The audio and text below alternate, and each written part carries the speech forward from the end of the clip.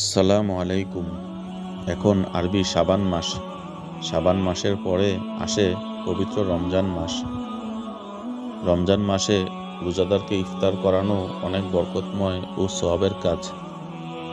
তাই আসুন শাবান মাসে প্রতিদিন কিছু কিছু টাকা জমিয়ে রেখে রমজান মাসে কোনো একটি পরিবারকে ইফতার সামগ্রী কিনে দেই। আমাদের ছোট্ট একটা উদ্যোগ হয়তো হাজার হাজার পরিবারে কিছুটা হলেও স্বস্তি এনে দিবে। আপনারা চাইলে আমাদের সংস্থার মোবাইল নাম্বারে অথবা আমাদের ব্যাংক হিসাবে সাহায্য পাঠাতে পারেন, অথবা আপনি নিজেও উক্ত টাকা দিয়ে আপনার আশেপাশের এতিম, বিধবা, প্রতিবন্ধী ও গরিব অসহায় ব্যক্তিদের ইফতার সামগ্রী কিনে দিতে পারেন।